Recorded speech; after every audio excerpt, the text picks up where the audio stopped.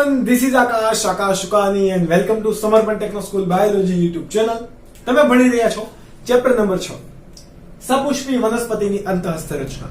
Lecture number 11 સુધી આપણે દરેક વનસ્પતિના ભાગો જેમ કે પ્રકાંડ, મૂળ, પર્ણોની આંતરિક રચના, એના બાદ દ્વિતીય વૃદ્ધિ, પ્રાથમિક વૃદ્ધિનો તફાવત, ત્યારબાદ એધાવલયની ક્રિયાશીલતા વિશે આપણે વાત કરેલી કે નહીં. ઓકે, હવે એધાવલયની ક્રિયાશીલતા કેવું હોય કે સમય અનુસાર બદલતી રહે. જ્યારે તમને ખ્યાલ છે કોઈ પણ ઘટકની ક્રિયાશીલતા વધારે હોય એનો મતલબ કે એ વધારે પ્રમાણમાં કાર્ય કરતું હશે. કોઈ પણ ઘટકની ક્રિયાશીલતા ઓછી હોય એનો મતલબ કે ઓછા પ્રમાણમાં કાર્ય કરતું હશે. હવે આપણે ભણવાનું છે એધાવલયની ક્રિયાશીલતા. તો આ એધાવલયની ક્રિયાશીલતા દરેક ઘટક અનુસાર એટલે કે એધાવલયની ક્રિયાશીલતા તમને ટોપિક પૂછે, બરાબર, કે એધાવલયની ક્રિયાશીલતાને આધારે વસંત કાષ્ઠ અને શરદ કાષ્ઠ સમજાવો, આવો સવાલ પૂછશે. ઓકે, તો ક્વેશ્ચન નું નામ લખી દો. એધાવલયની ક્રિયાશીલતા ના આધારે વસંત કાષ્ઠ અને શરદ કાષ્ઠ સમજાવો. કેટલા માર્ક્સમાં પૂછશે તમને? 3 માર્ક્સની અંદર. હવે આ વસંત કાષ્ઠ અને શરદ કાષ્ઠમાં તમને તફાવત પણ પૂછી લે. વસંત કાષ્ઠ તફાવત આપો 3 માર્ક્સ માટે, વસંત કાષ્ઠ અને શરદ કાષ્ઠ. તો આ રીતે પણ તમને ક્વેશ્ચન પૂછશે, તમને આવડતું હોવું જોઈએ. સૌથી પહેલા વાત કરીએ કે આ એધાવલયની ક્રિયાશીલતા એટલે કે ક્યારે વધારે સક્રિય હશે ને ક્યારે ઓછું સક્રિય હશે એનો આધાર કોના પર રહેલો હોય? પર્યાવરણીય ફેરફાર ઉપર. કોના ઉપર? પર્યાવરણ, જેમ કે આબોહવા, તાપમાન, ભેજ, હવામાં કેટલો ભેજ રહેલો છે એ બધું પર્યાવરણ રચશે કે નહીં. તો આબોહવાની ક્રિયાશીલતાનો એધાવલયની ક્રિયાશીલતા કોના પર આધાર રાખે છે? તો કે પરિસ્થિતિકીય અને આબોહવાકીય ફેરફાર પર આધારિત છે, બરાબર. એટલે એક સમયે બહુ વધારે ક્રિયાશીલ હશે, એક સમયે ઓછી ક્રિયાશીલ હશે, આવા પ્રકારની હશે. તો એમાંથી આપણે પહેલા ભણીએ કે આપણે જે ક્વેશ્ચન ની અંદર આપેલ છે વસંત કાષ્ઠ અને શરદ કાષ્ઠ, તમે સળંગ, જો સવાલ પૂછે તો તમારે સળંગે સળંગ લખવાનું છે, એટલે કે સ્ટ્રેટ. પણ જો તફાવત પૂછે તો અહીંયા હું જે રીતે દર્શાવું એ રીતે તમારે તફાવત દર્શાવવાનો છે, બરાબર. કયો તફાવત પૂછશે તમને?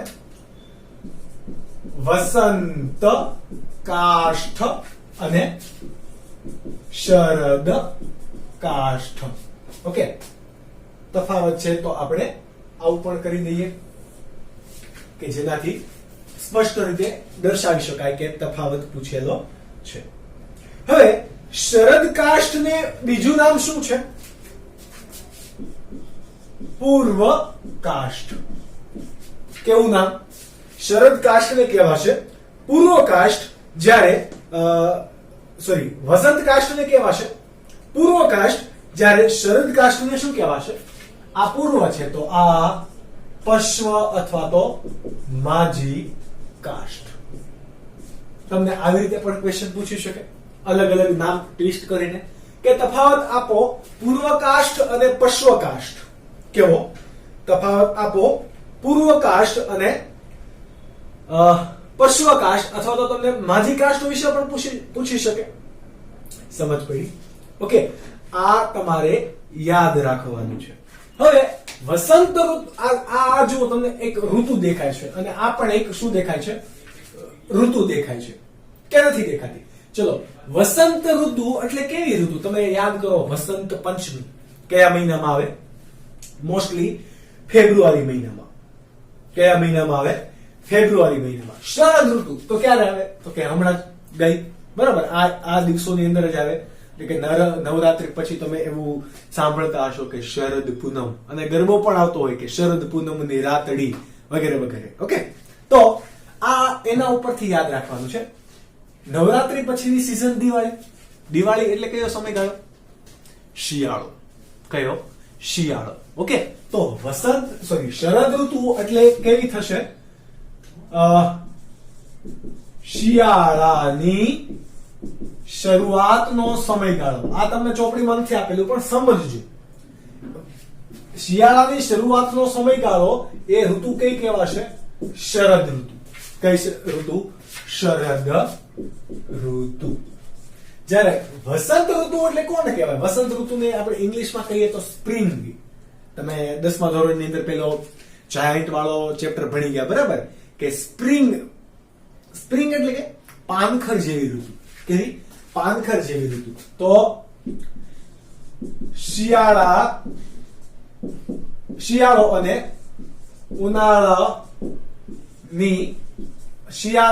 ઉનાળાની વચ્ચેની ઋતુ, જેને આપણે શું કહીએ છીએ? વસંત ઋતુ. આ સામાન્ય રીતે કેવી હશે? ગરમ ઋતુ. કેવી હશે? ગરમ. ગ્રીષ્મ જેટલી ગરમ નહીં, પરંતુ હુંફાળી ઋતુ. ટેમ્પરેચર કેટલું હશે પર્યાવરણનું? 30 થી 32 આજુબાજુ. જ્યારે ગ્રીષ્મ ઋતુની અંદર 35, 37, 38, 45, 50 અંશ સેલ્સિયસ સુધીનું તાપમાન હોય. શિયાળામાં કેટલું હશે? શરદ ઋતુમાં 25 થી ઓછું હશે. ઓકે, જ્યારે પુખ્ત શિયાળો હોય ત્યારે, એટલે કે જાન્યુઆરી ડિસેમ્બર મહિનાની અંદર તાપમાન કેટલું જાય? તો કે 16 ડિગ્રી, 17 ડિગ્રી, 18 ડિગ્રી સુધીનું જાય આપણા સુરતની અંદર. ઓકે, અલગ અલગ રિજિયનની અંદર અલગ અલગ તાપમાન જશે. તો આ બે ઋતુ છે. હવે આ ઋતુ અને આ ઋતુ આપણે લઈએ એનો મતલબ કે પર્યાવરણની અંદર બંને ઋતુમાં ફેરફાર હશે. કેવો ફેરફાર હશે? અહીંયા તાપમાન વધારે હશે, હવામાં ભેજ હશે. અહીંયા તાપમાન ઓછું હશે, અહીંયા તાપમાન ઓછું હશે અને હવામાં ભેજ હોય. તો વસંત ઋતુમાં તાપમાન થોડું વધારે અને સૂકું વાતાવરણ હશે. કેવું? થોડુંક સૂકું, બહુ ભેજ હશે નહીં. એ પરિસ્થિતિની અંદર એધાની ક્રિયાશીલતા અહીંયા કેવી હશે? યાદ રાખજો, એધા વધારે ક્રિયાશીલ હોય છે. કઈ ઋતુમાં? વસંત ઋતુમાં. જ્યારે શરદ ઋતુમાં એધાની ક્રિયાશીલતા કેવી હોય? ઓછી. ક્રિયાશીલતા વધારે હોવાનો મતલબ શું થયો?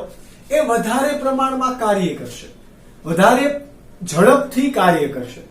ઓકે, જ્યારે અહીંયા ઓછી ઝડપથી કાર્ય કરશે. સમજ પડી? ચલો, એધાનું કામ શું હતું? એધાવલીની ક્રિયાશીલતામાં આપણે ભણી ગયા.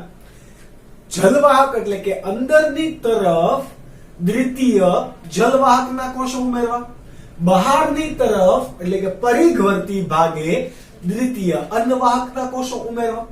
એટલે કે આ એધા દ્વિતીય વૃદ્ધિ દરમિયાન કામ કરે છે કે નહીં? આ દ્વિતીય વૃદ્ધિ દરમિયાન કામ કરે એમાંથી સૌથી વધારે કયા કોષો ઉમેરાશે? દ્વિતીય અન્નવાહકના કે દ્વિતીય જલવાહકના? દ્વિતીય જલવાહકના. આ દ્વિતીય જલવાહકના કોષો જો ઝડપથી ઉમેરાશે કઈ ઋતુમાં? વસંત ઋતુમાં. કેમ? તો કે ત્યારે એધા કેવી છે?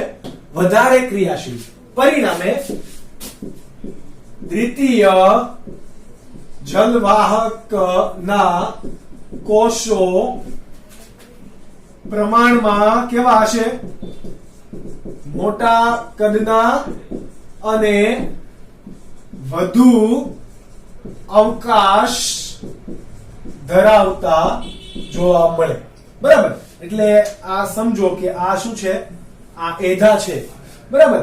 તો એમાંથી જલવાહકના કોષો મોટા મોટા કદના બનવા માંડશે. સમજ પડી? આ મોટા મોટા કદના કોષો બન્યા એના પરિણામે એ વિસ્તારે ઘનતા કેવી હશે? ઓછી. કેમ? અવકાશ કેવો છે? વધારે, વધુ અવકાશ છે, જગ્યા વધારે છે, તો ઘનતા કેવી હોય? ઓછી. બરાબર? તમે કોઈ ધુમાડો તમે છે ધુમાડો, એ ધુમાડાને કોઈ બંધ પેટીમાં પેક કરવામાં આવે અને ફૂલ પ્રેસ થી આપવામાં આવે તો એ એટલા ધુમાડાની ઘનતા કેવી હશે? નાની અમથી જગ્યાની અંદર જગ્યા ઓછી છે એટલા માટે એની ઘનતા એ વિસ્તારમાં કેવી હશે? વધારે. બરાબર. હવે આટલું પાત્ર હતું એના બદલે આટલું પાત્ર લઈ લો અને એટલો જ ધુમાડો અંદર દાખલ કરો. ધુમાડો સરખો છે પરંતુ અવકાશ કેવો છે? વધારે.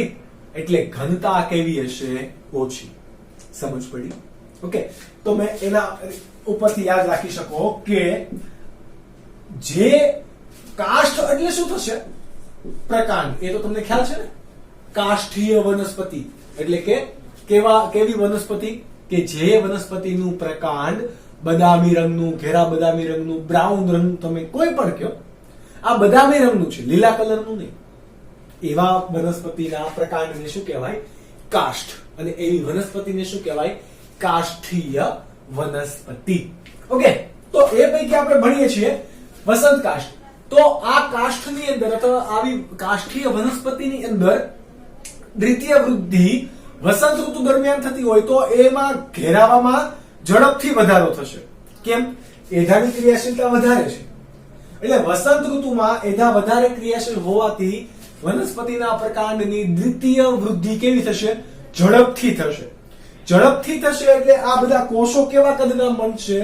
મોટા કદના. ઝડપથી બનાવે જાય છે તો મોટા મોટા કદના જીકે છે. ઓકે. એટલે અવકાશ કેવો હશે કોષોની અંદર? વધારે.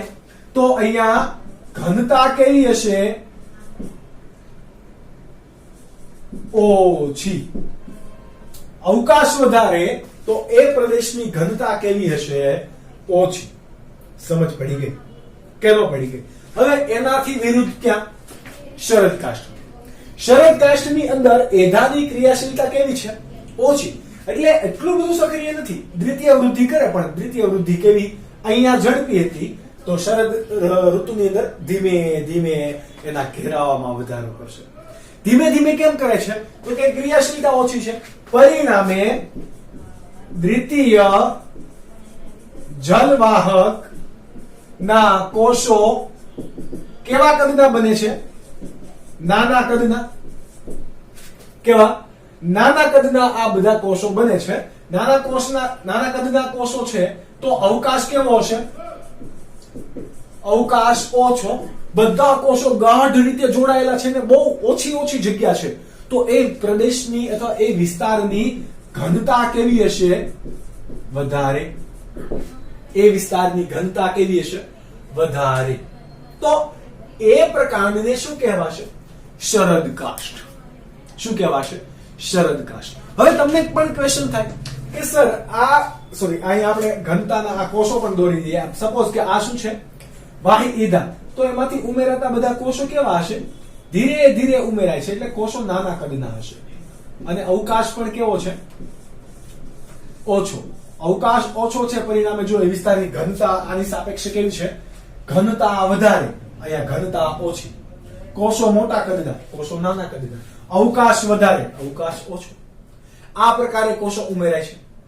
હવે તમને કદાચ પ્રશ્ન એવો પણ થાય કે સર વનસ્પતિ તો બહુ લાંબુ જીવે.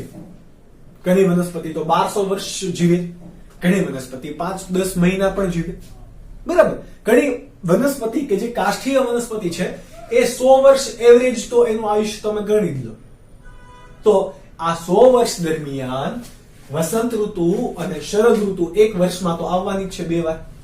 એટલે કે એક વર્ષની અંદર શરદ ઋતુ અને વસંત ઋતુ તો આવવાની છે. તો એની અંદર એ વનસ્પતિના પ્રકારને શું કહેવું? વસંત કાષ્ઠ કહેવાય કે શરદ કાષ્ઠ કહેવાય? આવો પ્રશ્ન તમને થવો જોઈએ. કારણ કે આપણે એવું તો ના કહી શકીએ કે કેરીના વનસ્પતિને શું કહેવાય? આંબો. તો આંબાની અંદર શરદ કાષ્ઠ જોવા મળે છે, એમાં વસંત કાષ્ઠ જોવા મળતું નથી. અને પીપળામાં વસંત કાષ્ઠ જોવા મળે છે, એમાં શરદ કાષ્ઠ જોવા મળતું નથી. આવું કહી શકાય નહીં. કેમ? તો કે એ બધાની અંદર વસંત કાષ્ઠ અને શરદ કાષ્ઠ બંને જોવા મળે. કેવું? બંને જોવા મળે. તો કઈ રીતે? હવે તમે થડ હોય, તમે થડ કાપેલું હોય, ખબર? ટાંકનારાનું કોઈ કાપે તો કાપે ત્યારે તમને કેવો દેખાશે? એ ભાગ તમે આ તફાવત નોટ ડાઉન કરી લેજો, બીકોઝ હવે હું રિમૂવ કરું છું, કારણ કે આપણે એધા વલય નહીં પરંતુ વાર્ષિક વલય જોવા છે. શું વાર્ષિક વલય જોવા છે, એના માટે હવે આપણે આ ભાગ રિમૂવ કરીએ કે જેનાથી આપણને ક્લિયરલી ખબર પડશે કે ભાઈ એધાની ક્રિયાશીલતા વધારે હોય કે ઓછી હોય તો ત્યાં શું થશે, કેવી પરિસ્થિતિનું નિર્માણ થાય. ચલો, આ કોઈ પ્રકાંડ તમે લીધું, બરોબર, થડના કટકા કરી નાખ્યા, વચ્ચેથી આમ કટ કરો અને આ થડ છે, બરોબર, એટલે કે કાષ્ઠીય પ્રકાંડ છે. આ બહારની બાજુએ છાલ હશે, અંદરની બાજુએ તમે ઘણી વખત જોયું હોય તો આવું નિર્માણ થયેલું હોય, ખબર છે? લાકડું હોય ને, લાકડામાં જોજો આવું હશે, તમારે ઘણી બેન્ચીસના પાટિયામાં પણ આવું હશે કે ન હોય? આવું હશે તો આ જે આવા પ્રકારનું તમને જે ભાગ દેખાય છે, આ ભાગને શું કહેવાય? વાર્ષિક વલયો. શું કહેવાશે? વાર્ષિક વલય. આ વાર્ષિક વલય શા માટે નિર્માણ પામ્યા? તો હમણાં આપણે ભણ્યા તો જે ઋતુ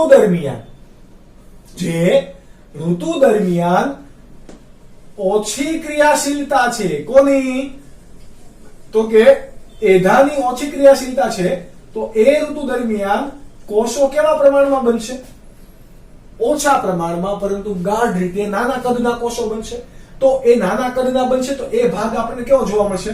આવો ઘેરા કલરનો કોઈ ઘાટો ભાગ જોવા મળશે, ઘાટા બદામી કલરનો સમથિંગ, કે નહીં જોવા મળે? તો આ પ્રકારે કોઈ એક વલય દેખાડે છે, બરાબર. એટલે કે સપોઝ કે અહીંયા કઈ ઋતુ હતી? શરદ ઋતુ હતી. કઈ? શરદ ઋતુ. શરદ ઋતુ પતે પછી વસંત ઋતુ આવે છે.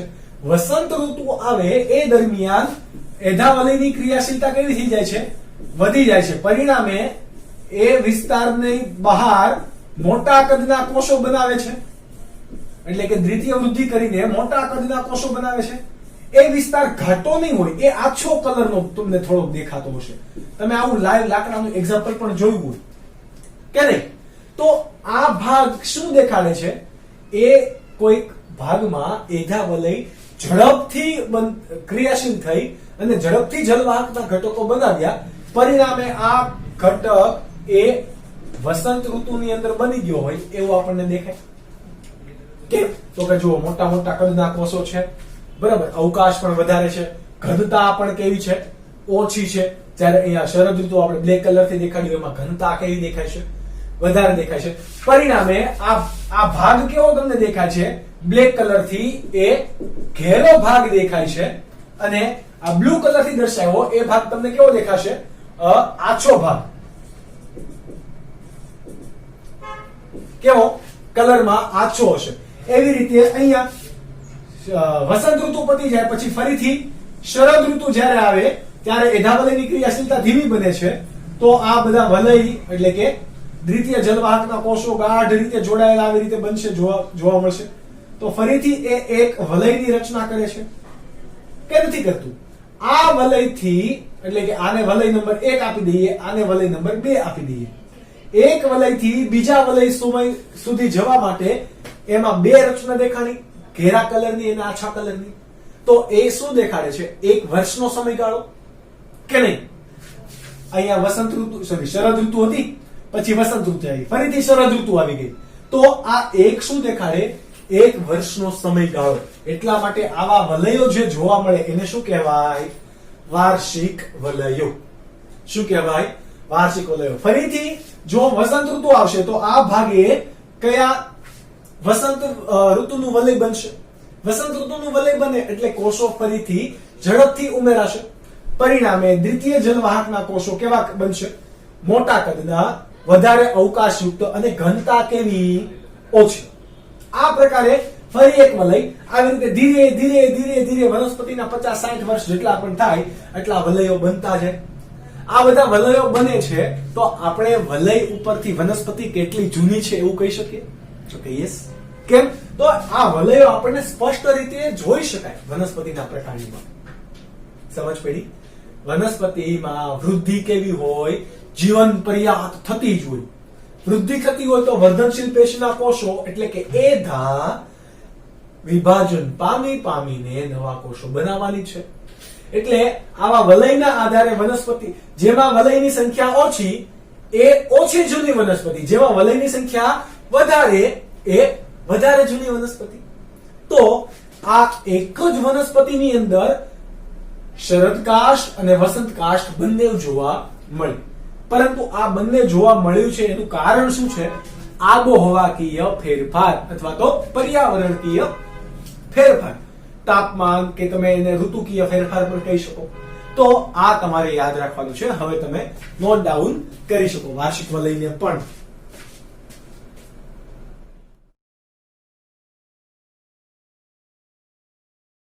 ત્યારબાદનો ટોપિક છે ફરીથી એક તફાવત, કે તફાવત આપો મધ્ય કાષ્ઠ અને રસ કાષ્ઠ. રસ એટલે રસાળ, તમે એના ઉપરથી સમજી ગયા છો. ઓકે, આનું બીજું નામ પણ છે સખત કાષ્ઠ અને રસાળ કાષ્ઠ. તફાવત આપો. ઓકે, આના પરથી આપણે હવે સમજીએ કે કોઈ પણ પ્રકાંડ હોય એ ઘરડી વનસ્પતિ છે. એટલે કે જે વનસ્પતિ 50-60 વર્ષ વનસ્પતિના થઈ ગયા છે, જેમ કે આપણી વાડીમાં રહેલો આંબો, પીપળો વગેરે વગેરે, એનો તમે આડછેદનો પ્રકાંડ લ્યો, બરાબર, એમ થડિયું કાપી નાખો તો તમે એવો કંઈક આવા આકાર દેખાશે, અનિયમિત આકારનું આવું કંઈક, બરાબર, આવું કંઈક અનિયમિત આકારનું ગોળાકાર જેવું કંઈક હોય. સ્પષ્ટ ગોળાકાર તો દેખાશે નહીં, એટલા માટે આપણે અહીંયા બેનિફિટ ઉપાડી લઈએ. બરાબર, તો એ વનસ્પતિની અંદર પણ અહીંયા શું રહેલું હશે? એધા રહેલી હોય. આ એધાનું કાર્ય શું હશે? શું હોય? દ્વિતીય વૃદ્ધિ દરમિયાન કામ કરવું. આ કામ કોનું હશે? એધા. દ્વિતીય વૃદ્ધિ દરમિયાન એ કાર્ય કરતી શું કરશે? તો કે અંદરની તરફ પણ કોષો ઉમેરશે. અંદરની તરફ કોષો ઉમેરે કયા હોય? દ્વિતીય જલવાહકના કોષો હશે. જ્યારે બહારની તરફ જે કોષો ઉમેરે છે એ કોણ હોય? અહીંયા કયા હશે? દ્વિતીય અન્ન વાહકના કોષ.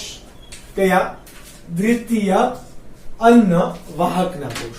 હવે આપણે અહીંયા દ્વિતીય અન્ન વાહકને ધ્યાનમાં લેવાનું નથી.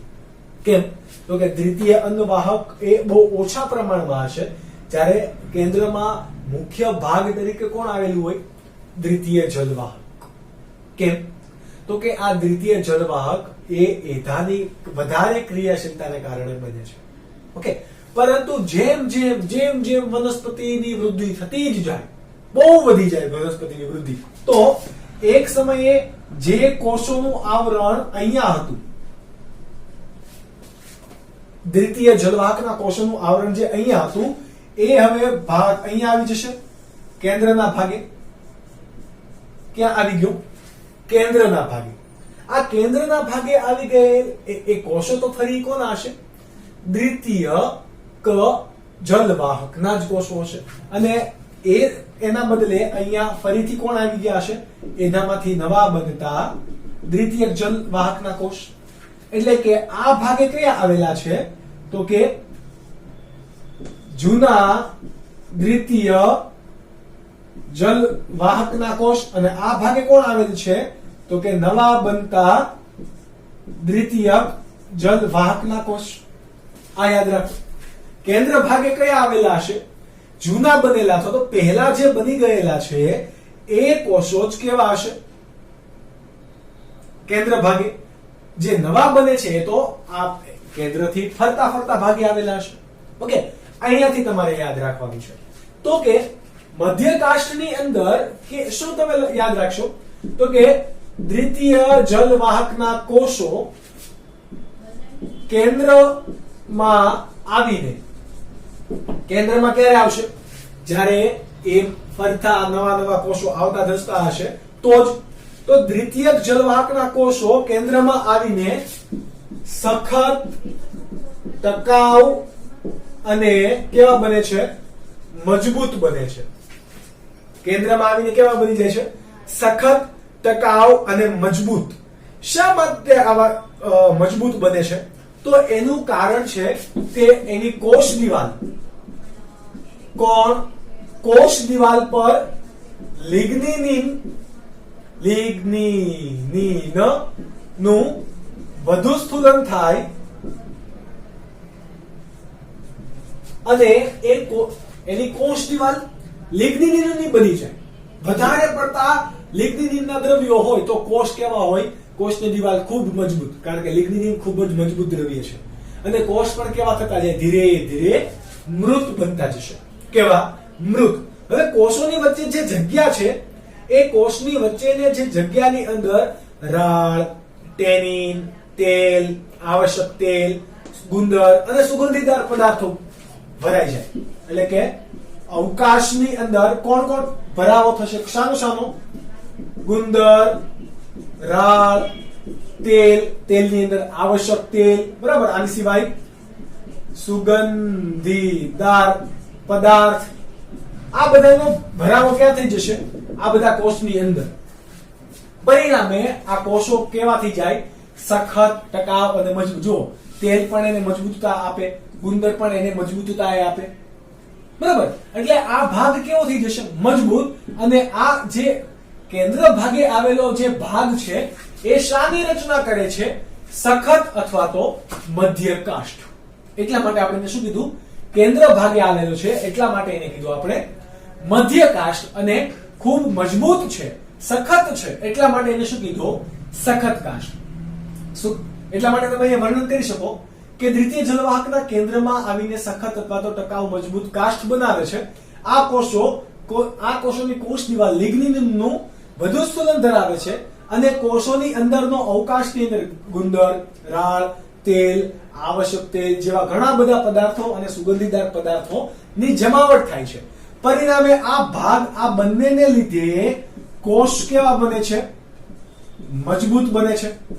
આ કોષ મજબૂત બનશે તો એ શું કરશે? પ્રકાંડને યાંત્રિક મજબૂતાઈ પૂરી પાડે. શું પૂરી પાડે? પ્રકાંડને યાંત્રિક મજબૂતાઈ પૂરી પાડશે. સમજ પડી? કેનો પડી? આની સિવાય હજુ એક કામ શું કરશે? તો કે એક તો મજબૂતાઈ પૂરી પાડે. હવે અંદરનો ભાગની અંદર ગુંદર, રાળ, તેલ જેવા પદાર્થો છે. પરિણામે કોઈ પણ કીટકો, કોઈ પણ લાકડા ઉપર જીવનારા સૂક્ષ્મ જીવો, આ બધાથી રક્ષણ કોણ આપશે? આ પદાર્થ, બરાબર. એટલે કે કીટકો સામે પ્રકાંડ કેવું બનશે? પ્રતિકારક એટલે કે વિરોધ કરતું, બરાબર. કીટકોનો વિરોધ કરતું એવું હવે પ્રકાંડ બનશે. અને આ ભાગે આ બધા ભાગોની જમાવટ થઈ ગઈ છે એટલે એ ભાગ કેવો બનશે? ઘેરા બદામી રંગનો ભાગ બનશે. કેવા? ઘેરા બદામી રંગનો ભાગ. એટલે કે પ્રકાંડની મધ્યમાં આવેલો ભાગ કેવો બનશે? એકદમ ઘાટા કલરનો હશે. કેવો? એકદમ ઘાટા કલરનો. હવે આ કોષોની અંદર જુઓ, જલવાહકના કોષોની અંદર જલવાહકનું કામ શું હતું? પાણીનું વહન કરવું. પરંતુ એની અંદર ગુંદર, રાળ, તેલ આ બધા પદાર્થો આવી ગયા છે. હવે પાણીનું વહન કરી શકે તો કે નહીં? એટલા માટે આ મધ્ય કાષ્ઠની અંદર આવેલા દ્વિતીય જલવાહકના કોષો એ પાણીનું વહન કરતા નથી. આ તમારે ખાસ યાદ રાખવાનું. શું? એ પાણીનું વહન કરતા નથી. ઓકે. આ કયા પ્રદેશમાં ગોઠવાયેલા હોય? જો આપણે અહીંયા દર્શાવ્યું તો કે આ ભાગને આપણે શું કહીશું? મધ્ય કાષ્ઠ. અને એના ફરતે આવેલા ભાગને શું કહીશું? રસ કાષ્ઠ. ઓકે.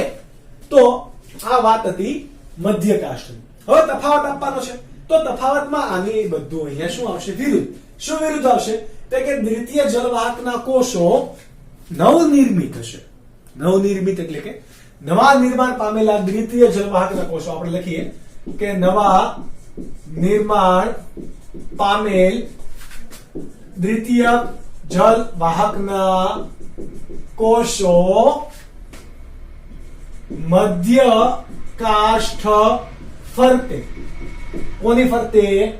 મધ્ય કાષ્ઠની ફરતે રસ કાષ્ઠ નું નિર્માણ કરે છે. શાનું નિર્માણ કરે? રસકાષ્ઠનું. શા માટે એને રસકાષ્ઠ કીધું? તો કે અહીંયાથી પાણીનું વહન આવશ્યક થઈ શકે, બરાબર? પાણીનું વહન કરે છે, જ્યારે કેન્દ્ર ભાગ એ પાણીનું વહન કરતું હતું નહીં. આ પરિઘવર્તી ભાગ પાણીનું વહન કરે છે, એટલા માટે એને રસાળ અથવા તો રસકાષ્ઠ કહેવામાં આવે. શું કહેવામાં આવે? રસકાષ્ઠ કહેવામાં આવે. પાણી સાથે કોનું કોનું વહન કરે? ખનિજ દ્રવ્યોનું પણ, બરાબર? આ પાણીનું વહન કરે અને ખનિજ દ્રવ્યોનું પણ વહન કરશે કે નહીં કરે? ત્યારબાદ આની કોષ દિવાલ હશે. એ કોષ દિવાલ પર લિગ્નિનનું ખૂબ ઓછું સ્થૂલન થઈ રહ્યું છે, એટલે કે કોષ દિવાલ પર લિગ્નિનનું ખૂબ જ ઓછું સ્થૂલન હશે. એટલે અહીંયા વહન એ કોષોનું અસ્તિત્વ ટકી શકશે, પરંતુ એને કોઈ નુકસાન થશે નહીં. આ ભાગ કેવા કલરનો દેખાશે? આ ઘેરા બદામી રંગનો ભાગ હતો, તો આ રસકાષ્ઠ કેવા કલરનો દેખાશે? પીળાશ પડતો ભાગ. કેવો? પીળાશ પડતો એ ભાગ દેખાશે.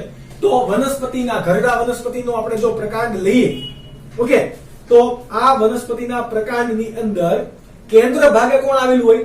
મધ્યકાષ્ઠ. એના ફરતે આ મધ્યકાષ્ઠને તમે કઈ રીતે ઓળખી શકશો? તો કે એના ઘેરા બદામી રંગને કારણે. એની ફરતે આવેલો પીળાશ પડતો જે ભાગ છે એ કોણ હશે? રસકાષ્ઠ.